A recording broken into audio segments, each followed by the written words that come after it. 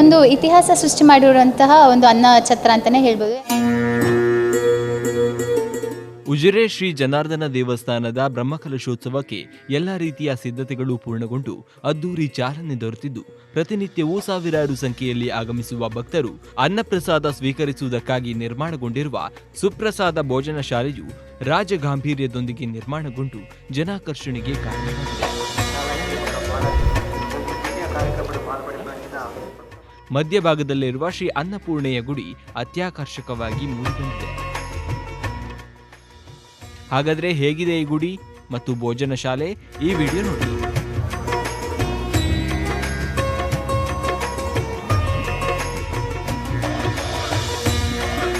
ಹಾಗೆ ನೀವು ನೋಡ್ಬೋದು ಕಿಚನ್ ಎಲ್ಲ ಈಗ ನಾವು ಇವತ್ತಿನ ಜೆನ್ಸಿ ಟರ್ಮ್ಸಲ್ಲಿ ಹೇಳೋದಾದರೆ ಏಸ್ಥೆಟಿಕ್ ಕಿಚನ್ ಅಂತ ಏನು ನಾವು ಗೂಗಲಲ್ಲೆಲ್ಲ ನೋಡ್ತೀವಿ, ಅಂಥದ್ದೊಂದು ಏಸ್ಥೆಟಿಕ್ ಕಿಚನನ್ನು ಲಾರ್ಜ್ ಕ್ವಾಂಟಿಟಿಯಲ್ಲಿ ಮಾಡುವಂಥ ಇದರಲ್ಲಿ ಅವರು ತಯಾರಿಸಿದ್ದಾರೆ.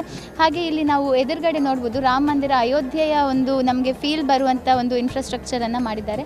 ಇದರ ಜೊತೆಗೆ ವಿಶೇಷವಾಗಿರುವಂಥ ಒಂದು ಇಲ್ಲಿ ನೆನೆಸ್ಕೊಳ್ಬೇಕಂತ ಹೇಳಿದರೆ ಅದು ನಮ್ಮ ಶ್ರೀಯುತ ಲಕ್ಷ್ಮಿ ಇಂಡಸ್ಟ್ರೀಸ್ನ ಮೋಹನ್ ಕುಮಾರ್ ಅವರು.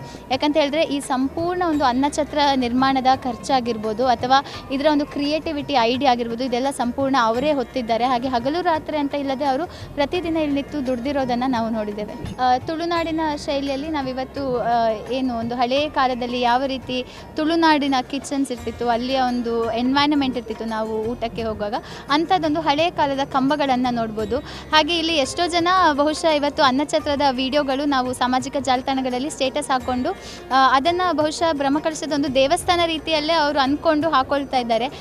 ಇನ್ನೂ ಕೂಡ ರಾತ್ರಿಯಲ್ಲಿ ಬಂದಾಗ ಇದರ ವ್ಯೂ ತುಂಬಾ ಚೆನ್ನಾಗಿರುತ್ತೆ. ಇಲ್ಲಿ ಬಂದರೆ ಯಾವುದೋ ಒಂದು ಅರಸರ ಮನೆಗೆ ಬಂದು ಅವರ ಒಂದು ಡೈನಿಂಗ್ ಟೇಬಲಲ್ಲಿ ಕೂತು ತಿನ್ನುವಂಥ ಒಂದು ಫೀಲ್ ಬರ್ತದೆ, ಅಷ್ಟು ಚೆನ್ನಾಗಿದೆ. ಸಂಸ್ಕೃತಿ MJ ನೆಲೆನೀರು. ಬ್ರಹ್ಮಕಲಶ ಅಂತ ಹೇಳಿದ್ರೆ ದೇವರಿಗೆ ಪ್ರಾಧಾನ್ಯತೆ ಕೊಟ್ಟು ವೈದಿಕ ವಿಧಾನಗಳೆಲ್ಲ ಪ್ರಾಧಾನ್ಯತೆ ಇರುತ್ತೆ. ಅದರ ಒಂದು ಭಾಗವಾಗಿ 10 ದಿವಸ ಕೂಡ ಅನ್ನ ಸಂತರ್ಪಣೆ ನಡೀತದೆ. ಬಂದಂಥ ಭಕ್ತರಿಗೆ ನಿರಂತರವಾಗಿ ಅನ್ನ ಸಂತರ್ಪಣೆ ನಡೀತದೆ. ಆದ ಕಾರಣ ನಾವಿಲ್ಲಿ ಒಂದು ಏನು ಹೊಸ ಪರಿಕಲ್ಪನೆಯನ್ನು ಮಾಡಿದರೆ ಸುಪ್ರಸಾದ ಎನ್ನುವ ಭೋಜನ ಶಾಲೆಯನ್ನು ನಿರ್ಮಾಣ ಮಾಡಿದೆ. ಬಹುಶಃ ನಾವು ನಿರ್ಮಾಣ ಮಾಡುವಾಗ ಜನರಿಗೆ ಏನು ಬ್ರಹ್ಮಕಲಶಕ್ಕೆ ಬಂದಂಥ ಭಕ್ತಾದಿಗಳಿದ್ದರೆ ದೇವಸ್ಥಾನಕ್ಕೆ ಬಂದಂಥ ಹೊರಕಾಣಿಕೆಗಳನ್ನು ತಂದು ಅರ್ಪಿಸ್ತಾರೆ ಮತ್ತು ಅನ್ನದಾನಕ್ಕೋಸ್ಕರ ಅವರ ಸೇವೆಯನ್ನು ಕೊಡ್ತಾರೆ. ಬಂದಂಥ ಭಕ್ತಾದಿಗಳಿಗೆಲ್ಲರೂ ಕೂಡ ದೇವರ ಪ್ರಸಾದ ರೂಪದಲ್ಲಿ ಸಿಗುವಂಥ ಅನ್ನದಾನ ಏನುಂಟು ಅದರ ಮಹತ್ವವನ್ನು ಜನರಿಗೆ ತಿಳಿಯುವ ಕೆಲಸವನ್ನು ಕೂಡ ಇದರ ಮುಖಾಂತರ ಮಾಡಿದ್ದೇನೆ. ಯಾಕಂತ ಹೇಳಿದರೆ ಬಂದಂಥ ಭಕ್ತಾದಿಗಳು ಇಲ್ಲಿ ಅನ್ನಪೂರ್ಣೇಶ್ವರಿಯ ದೇವಸ್ಥಾನ ಕೂಡ ನಿರ್ಮಾಣ ಮಾಡಿದ್ದೇನೆ. ಯಾಕೆಂದರೆ ಬಂದಂಥ ಭಕ್ತಾದಿಗಳಿಗೆ ದೇವರ ಮೇಲೆ ಭಕ್ತಿ ಬೇಕು. ನಾವೇನಿಲ್ಲಿ ಅನ್ನಪ್ರಸಾದವನ್ನು ವಿತರಣೆ ಮಾಡ್ತೇವೆ ಅದು ಎಲ್ಲಿ ಕೂಡ ಚೆಲ್ಲಬಾರದು. ಅನ್ನದ ಮಹತ್ವ ಜನರಿಗೆ ಗೊತ್ತಾಗಬೇಕನ್ನೋ ದೃಷ್ಟಿಯಲ್ಲಿ ಎಷ್ಟು ಸುಂದರವಾಗಿ ನಿರ್ಮಾಣ ಮಾಡಿದೆ. ಸುಮಾರು 25,000 ಸ್ಕ್ವೇರ್ ಫೀಟ್ ಉಂಟು.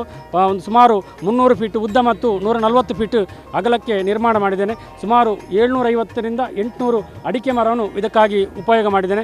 ಯಾಕಂದರೆ ಮೇಲ್ಭಾಗದಲ್ಲಿ ನೀವು ಕಾಣಬಹುದು ಬಟ್ಟೆಯನ್ನು ಹಾಸಿದ್ದೇನೆ. ಅದರಿಂದ 1 ಫೀಟ್ ಮೇಲಕ್ಕೆ ಏನು ಅಡಿಕೆ ಮರದ ಸೋಗೆ ಅಂತ ಹೇಳಿದರೆ ಮಡ್ಲನ್ನು ಅದನ್ನು ಹಾಕಿ ಇಲ್ಲಿ ಒಳಗೆಲ್ಲ ತಂಪಿರುವ ಹಾಗೆ ಅದನ್ನು ನಿರ್ಮಾಣ ಮಾಡಿದ್ದೇನೆ. ಬಂದಂಥ ಭಕ್ತಾದಿಗಳಿಗೆ ಊಟ ಮಾಡುವಾಗ ಎಲ್ಲ ಕಡೆ ಕೂಡ ಯಾವುದೇ ರೀತಿಯ ತೊಂದರೆ ಆಗಬಾರ್ದು.